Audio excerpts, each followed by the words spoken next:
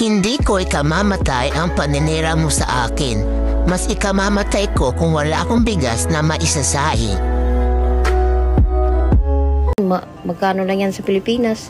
At tingnan nyo guys yung bigas dito. Sa mga hindi naniwala na ubusan ng bigas dito, ng stock. Tingnan nyo, dati punong-puno yan yung lagayan. Ngayon, tingnan nyo yung nakadisplay nila. Puro ano na lang yan, yung pang ready to eat na yan, yung pang obento style. Iinitin lang yan, pero mahal yan. Oh, ito, 1 kilo lang yan, 1,138 yen. Mahal, di ba? Sa mga hindi naniwala dyan, sa inyo na po, hindi kayo naniwala.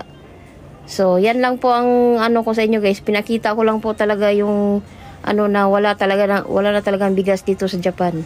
At ito guys, bumalik talaga ako. Nagpunta na ako kahapon dito.